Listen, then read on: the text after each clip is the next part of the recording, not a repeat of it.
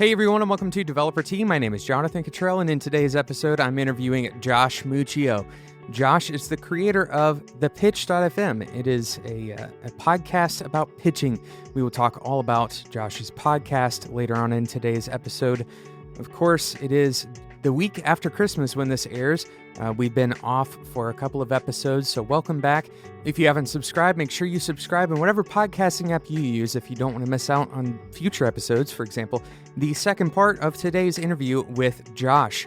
We don't have a sponsor for today's episode, so the interview is totally just straightforward. There's not going to be any interruptions. So I hope you enjoy this interview with Josh Muccio.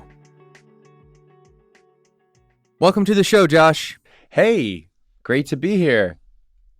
We've already been talking, so I hate to make my listeners think that this is the first time I'm saying hi to you, but we had to cut ourselves off because we were getting into some interesting discussions and positive opinions and that kind of thing. So I'm really excited about this interview.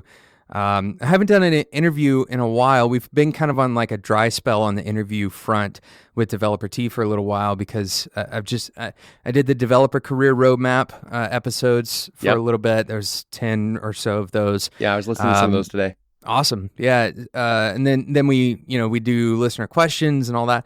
So I'm really excited to get back into interviews. And this is a really good one to get into. I think it fits on Developer Tea perfectly.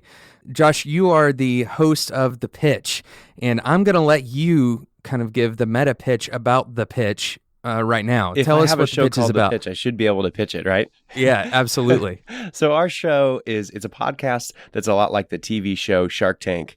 So entrepreneurs come on and they pitch their ideas, they pitch their businesses. And on the show, we have investors, hopefully, in either investing in their company or saying, no, I'm not going to invest, and here's why. We're about to go into our second season of the show. We actually, between you and me and everyone listening, we had $1.5 million invested in the companies on season 2. So that's we're incredible. Really excited. Yeah, you should be. That's a huge number, especially. I mean, the podcast. That's a very unique idea for a podcast, by the way.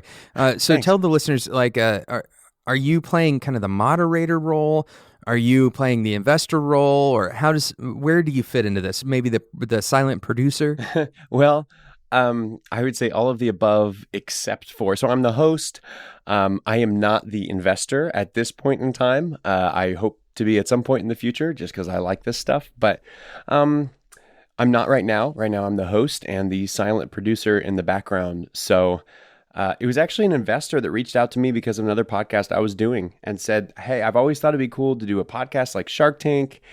And he kind of had some different ideas from where it would go. But over time, we've been doing it for about a year and a half. We've kind of found ourselves in the show, essentially. And that's kind of how we got here. But yeah, I'm the guy, Yeah, the brains in the background kind of thing. So you sent me this link to the previous podcast that you had. Was it called Daily Hunt? It was called Daily Hunt. Yeah. Very nice. So you interviewed a good friend of mine, Brian Levin, who is of course host on not a host on Developer. He is a host on Design Details, another show on the Spec Network. That was the first show, right? Well, we co-started Spec together, actually. So really, Design Details and Developer Tea both launched on the 5th of January. Coming up on 2 years ago. Oh, I didn't know that because I found out about Design Details first. Well, obviously because of Brian. Yeah, exactly. And so that's how things got rolling. But those guys have been developing a lot of the relationships, and they've been doing a lot. I mean, obviously they're out on the West Coast, and I'm over here in my hole in the East Coast. So hey, I'm with you. I'm down in Florida. There you go. So they're a little bit more. Obviously, the concentration of hosts and shows is weighted towards the West Coast for us, but. Yes, So we started it together, and that's just a really interesting little overlap there. Yeah, it is. And believe it or not, when we first launched, Bryn actually reached out to me separately and was just like, hey, I love what you're doing. You guys are going to absolutely crush it. He like asked for, if there's anything he could do to help. And like we even actually spent a good amount of time trying to figure out how to do advertising. And like, because to me, I was like, I have no clue how this advertising works on podcasts and stuff. Yep. And so yeah, he's been super awesome, and I'm kind of excited to be on a Spec FM show actually.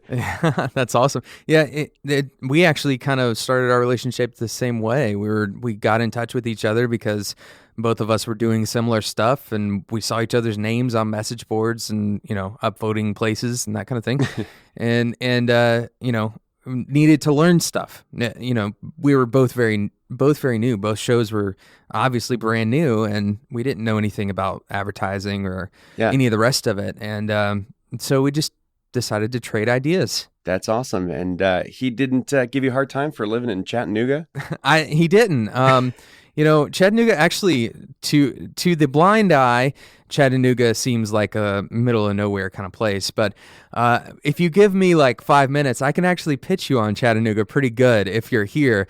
One of the great things we have, by the way, is the gig internet. So at my house right now, I have gigabit internet, and it's like cheaper than most providers provide. From Google, or is this from somebody else? No, this is actually the first gigabit internet in the country. It's by a company called EPB.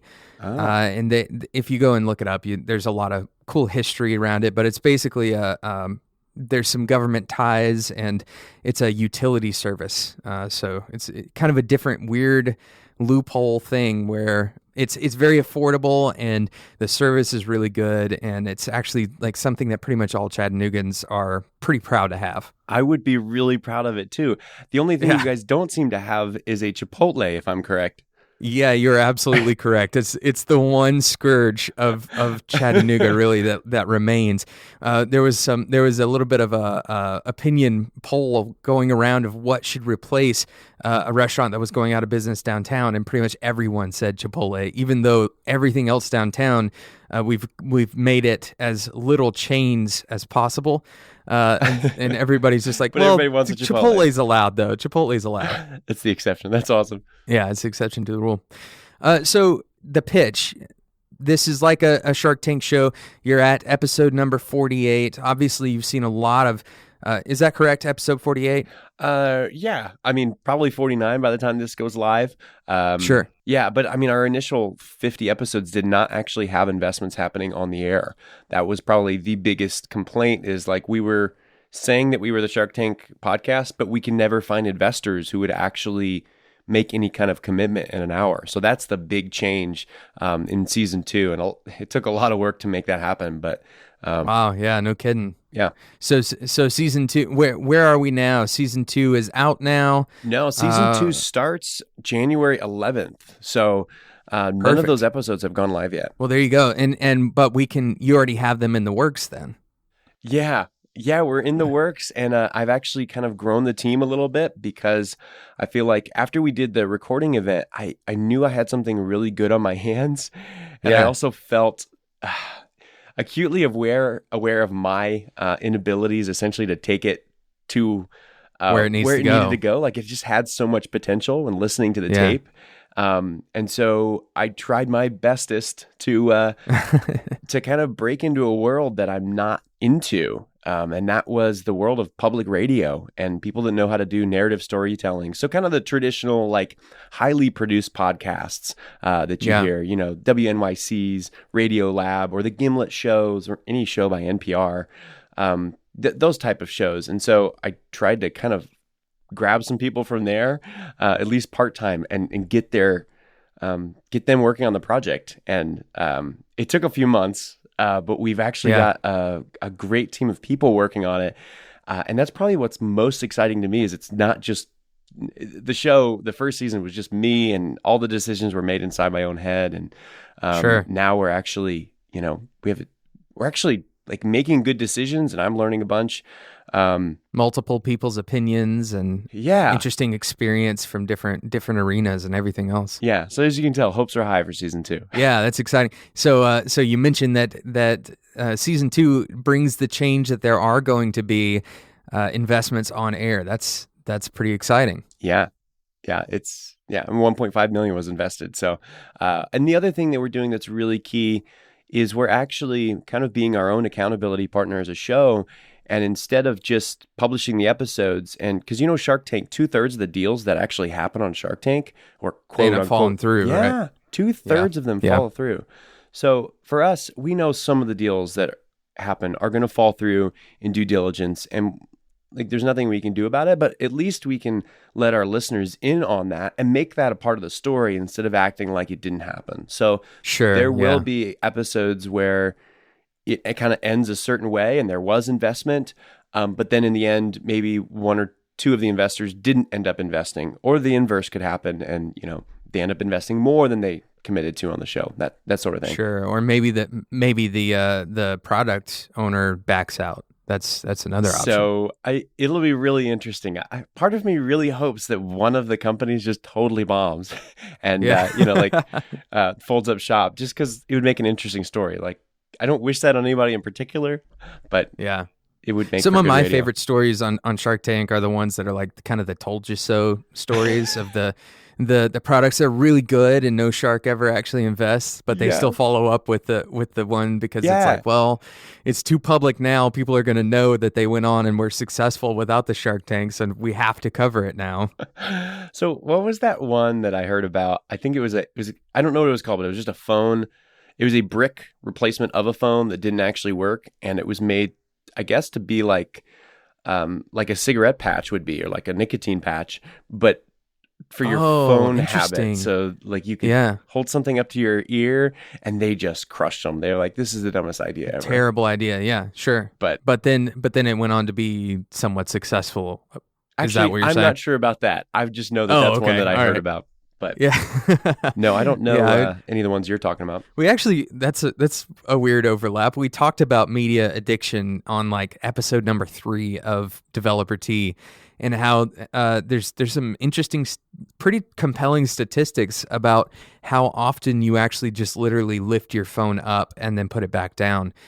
Even if you weren't doing anything meaningful, just looking at it and unlocking it and then locking it right back, and how much energy and time and mental, I guess mental energy that's taking from your day. It's pretty crazy. There's some really interesting statistics. Have you guys talked about on the show flow state at all, like getting in the flow or the zone for work? Absolutely. Okay, absolutely, we have. I feel like that's the battle for me. Is like every time I'm looking at my phone, it's a moment that I could be in the zone elsewhere, or it's a moment that took me out of the zone, or like it. Yeah, I don't know. I'm always like every couple of weeks or maybe every couple of months, I'm like having a come to Jesus moment. I'm like, I got to shut this thing. I got to delete another 10 or 15 apps. I got to shut off notifications on these 5 or 6 apps, and it always gets worse, and then I have to. I almost just said I should do an episode on that, but let's just talk about it now. There's a really interesting thing happening there that we as a culture, we want to eradicate technology as a solution for our lack of focus, right? And because there's some level of somebody's sending us this message, whether it's someone in the media or maybe it's our parents or but our generation specifically, and when I say our, I mean, people who are between 20 and 40 or so, with some fuzzy boundaries there. We know what it's like to have little technology or no technology taking up our attention.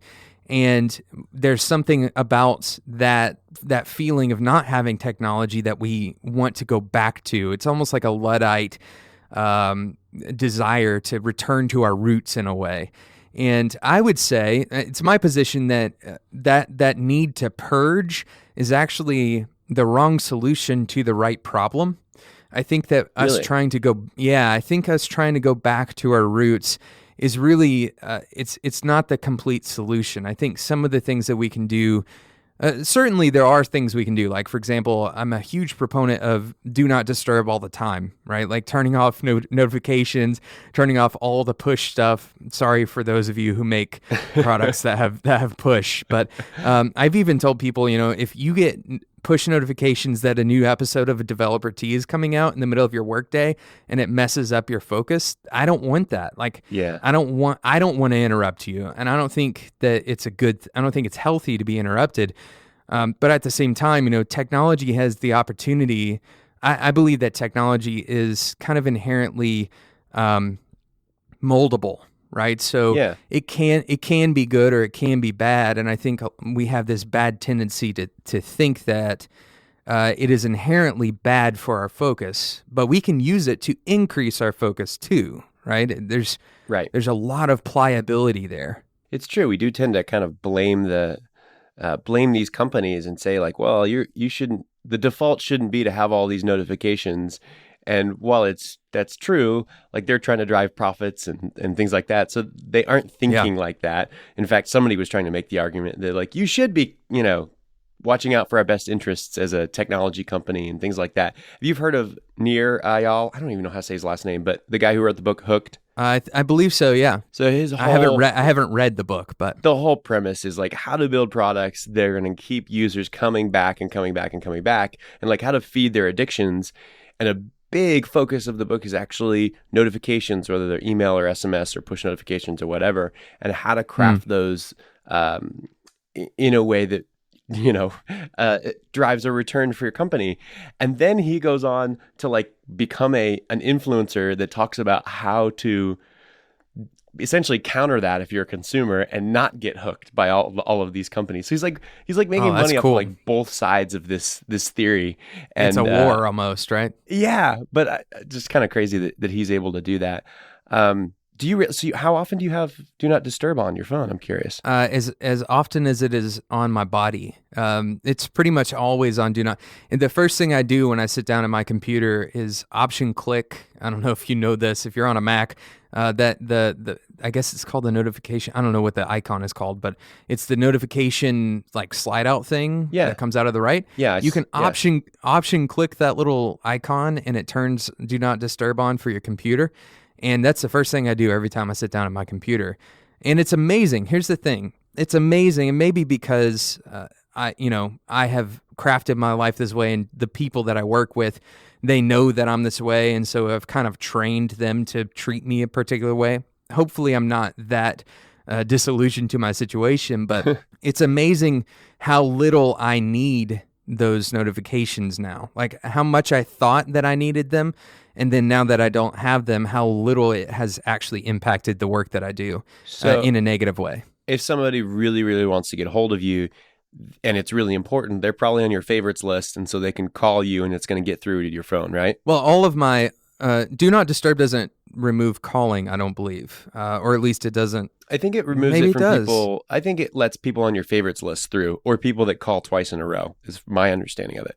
Okay, yeah, that's probably like you don't true. get Slack notifications on your computer. No. I don't get Slack notifications. I do have the badges on Slack specifically, partially because Spec has a Slack channel, partially because the whiteboard we work through Slack, and so if somebody is really needing something, they can at and direct or whatever mention. That's yes. Mention me in Slack, and I'll see the number red, the batch. But what I won't do is set up like channel notifications, right? Or like I'm not going to put a number down at the bottom for every single time somebody throws something in general. Like oh gosh, that's not useful for me. And so I try to limit all of that kind of extra push, and all of the push notifications that I can possibly remove from individual applications on my phone, I'll turn those off as well.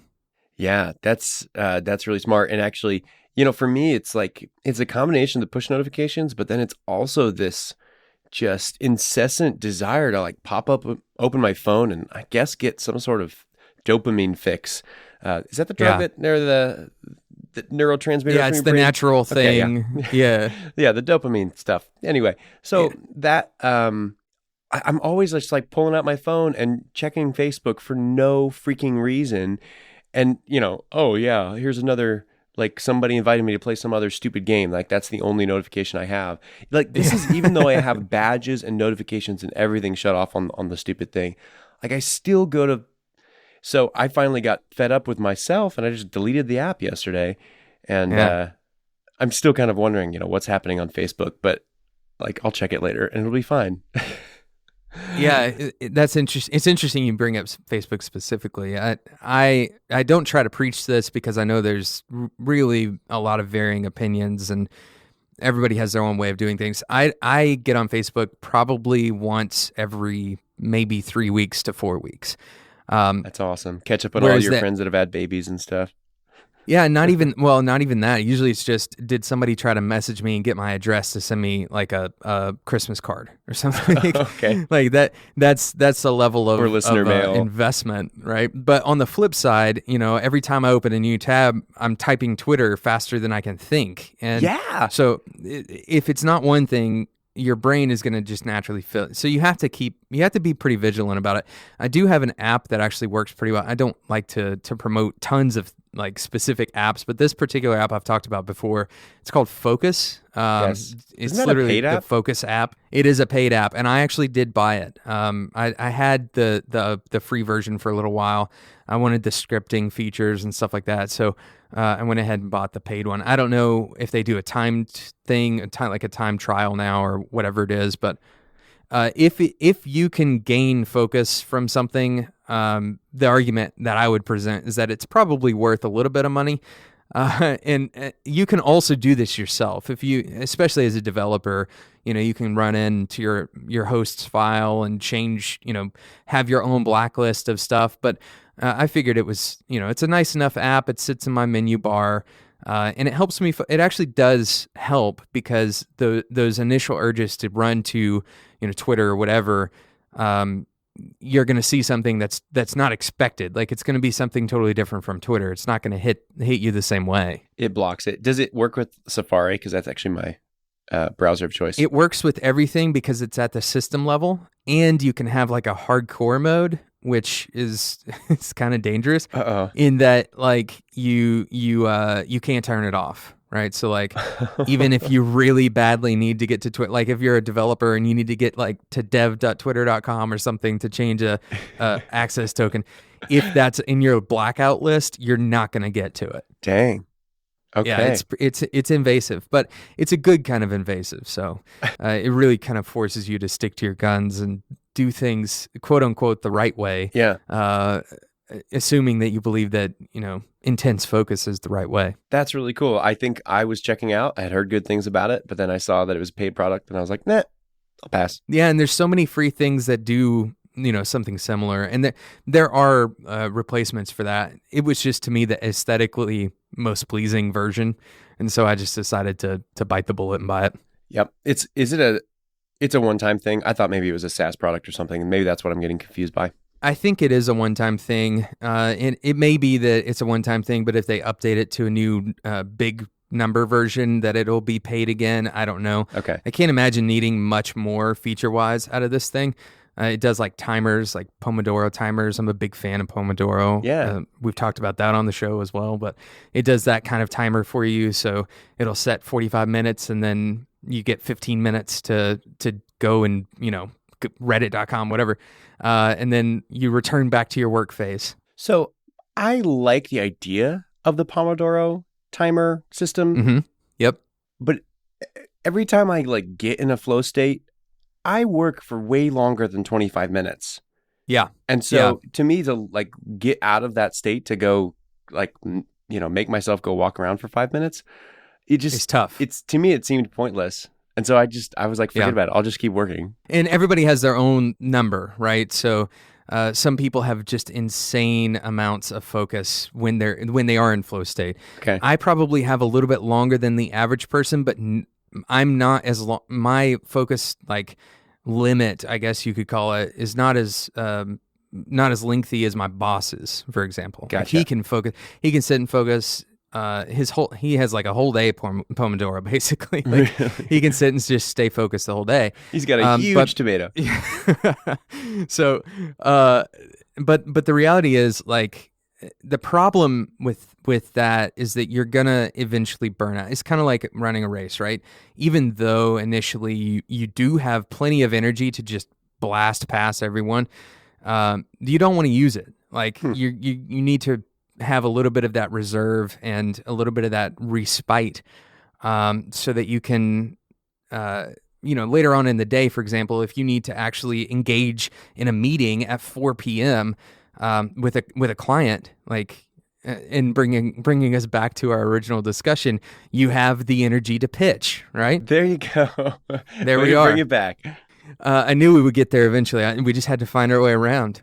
We had to find our way through the forest. It's a journey. I mean, let's stick on the subject of flow state for like one more minute, and then we'll continue on to the pitch. I'm in. Flow state, it is something that we talked about before on this show, but it's also something that's not really like a scientific thing, right? Like everybody has their own way of getting there. There's some research around, for example, practicing flow state by doing meditation. There's some research around if you are exercising regularly, you're probably going to be able to tap into your mental energy a little bit better. There's a lot of like mystical kind of discussion around it as well that I wouldn't really promote on this show, at least. And then there's like nootropics and pills you can take. Tons of stuff. I mean, there's a whole industry that's going to be built off of this stuff. And not to say one way or the other, because honestly, I haven't done enough research to say that that stuff is valid or invalid. But I do know that for me, some of the most important parts of flow state is making sure I walk into that day with at least a general plan, right? Like, we can talk about ideals all day long, but my ideal day is when I wake up and I know exactly what I need to do rather than someone else bombarding me with what they need me to do. That's so good, but I am so bad at that. Like, I don't have people bombarding me all day because I am my own boss and I have the luxury of that. I'm extremely blessed, but I also hate myself at the end of every day because if I do make a plan, like none of the stuff on the thing gets done. And so I always start the week with like great ambitions. By Tuesday, I'm like, why did I even write this plan down? I'm getting nothing done from it. I got all these other things done. I guess I just need self-discipline. I don't know. I'm like, I'm trying to get better. Well, here's another thing. So let me ask you this: how large are those lists that you're writing? So like for a given day, how many things are you trying to say? Yeah, I need to accomplish. Is it like 10 things? Is it 15? Or is it like 2 or 3? So the things I write down are like, it's only 4 or 5 things. They're totally attainable. But the problem is like when I get started on that first thing, or even before I start that first thing, I almost need like a mind map to like follow, at the end of the day, like follow what bunny trails took me where, so I can like self-diagnose what's happening. But like, so you can go put signs at the head of those bunny trails, so you never go down them again. Exactly, or like install a focus program for my brain, and. But that's I'll think of before I even get started on task number 1, I'll think of 5 other tiny things that need to get done. I'm like, I'll just get this done real quick, and that of course leads to some other thing or series of things that I'll do, and like that just compounds throughout a day for me. Or combine that with notifications from other people of stuff that I need to do real quick, and then all of a sudden my plans, my lists get completely shot. Yeah. Well, and the amazing thing, Josh, and I feel like this is really good for people to hear, that a guy who started a podcast where $1.5 million was recently invested through that podcast feels like he's not getting anything done. Like that's, I would venture to say that, yeah, partially true, maybe. Like maybe you're learning how to develop good habits, whatever.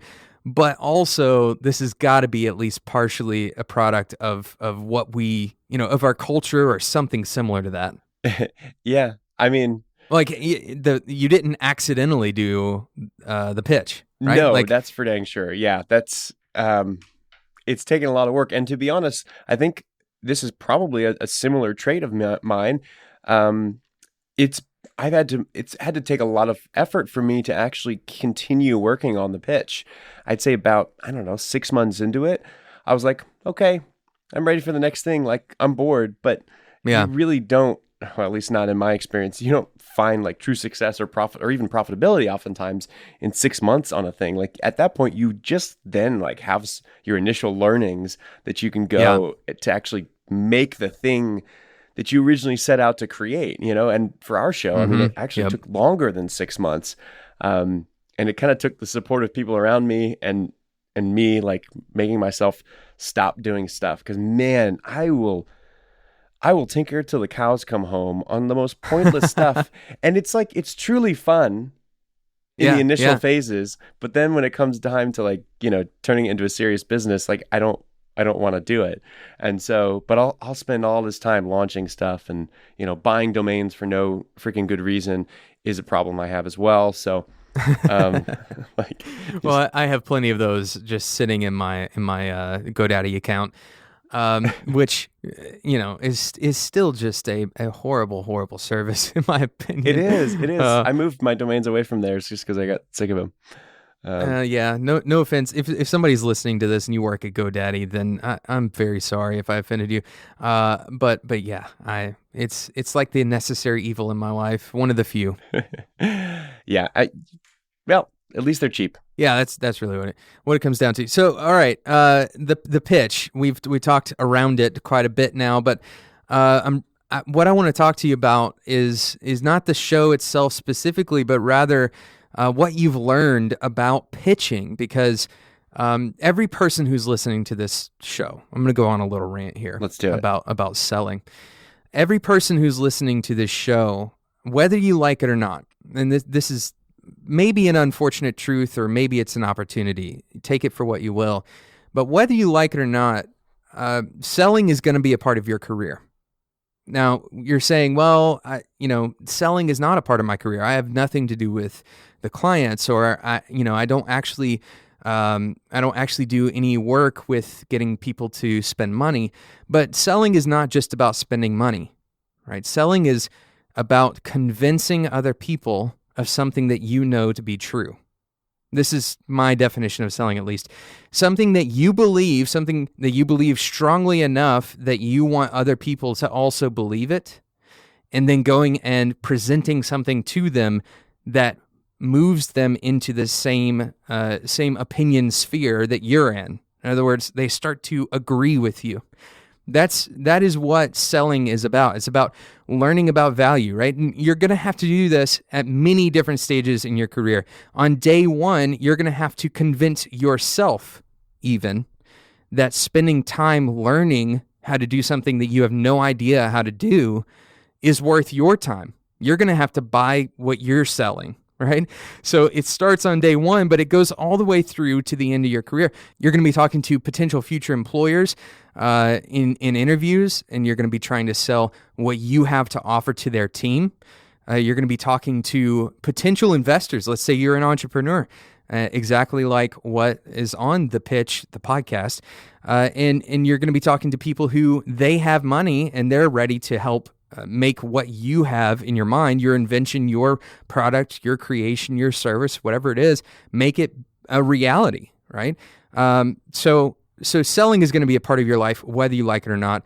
Josh, I want you to talk a little bit about what you have learned about selling and about pitching by listening to people over and over and over pitch what they have. Well, I'll tell you, I've definitely heard how not to do it. And I've heard how not to do it 10,000 times, because as the producer and editor of the show, that means I also get to play back these people's pitches over and over and over again. And actually, I'll make them sound better than they actually were by cutting out the parts where they ramble and cutting out all their ums and ahs and things like that. So, but that's just delivery. And I think people mess up on their pitch way before the delivery. From the very onset of it, you assume that the person you're talking to has a similar set of priorities to yourself. And so when you pitch something, you're often going to say, well, I'm building this and it's going to be awesome. And you don't really sell essentially the benefits of it to that specific person. So I'd say the number one rule of pitching is you can't memorize your pitch. There is no perfect version of your pitch. There's Yeah. a version of your pitch for every person you're talking to, and connecting the dots for them and their mind and what your thing, your idea, yourself, like whatever it is that you're selling, how it applies or benefits them or interacts with them Mm-hmm. is like, that's the message. Like, you have to get it there. And so for Yeah. me, we're always talking about, what does this mean for investors, which is like what you're selling is the opportunity, the potential upside, why you're an amazing founder to work with and why you as a person are worth betting on. Like, those are all, you're always that, like, you're always selling yourself, in every pitch you're in. So that's a constant. But that would probably be the first, my number one recommendation. And if that's all you get out of this, is to think of your product or your thing that you're building from other people's point of view and how it might benefit them. I'd say you'll be good to go. There's of course more to it than that, but Josh, I'm elated that this is where you started, because this is something that I 100% support in pretty much every facet. But more specifically, when people go into interviews, I get more questions on this show about interviews or about, the two topics I get most questions about are learning and interviews. And interviews are or resumes or the job searching process, right? And a lot of people ask, what should I put on my resume? Or, how should I dress? And all of these, very specific questions about that process of finding a job. 99% of the time, the answer is found by switching seats, right? So this is what I tell people to do all the time. I tell them to just for 10 minutes, just put yourself in that employer's seat. The person you are talking to, act like you're them for 10 minutes. What do you want? What do you want as that person? As a boss, for example, I want you to be dependable. I want you to challenge the other people on my team, and I want you to add value to the team. If you can come in and prove to me that you're going to do those things, the hire is much more likely, right, than if you just come in and tell me all the things that you're good at and all the things that you want, right? Those are two different ways of thinking about pitching yourself as a future employee. And a lot of people get that wrong. A lot of people walk in and they say, this is my salary point. This is where I want to be. Here's my skill sets. Here's my list of all the letters that you need to see. Here's where I went to school, and look at my nice suit.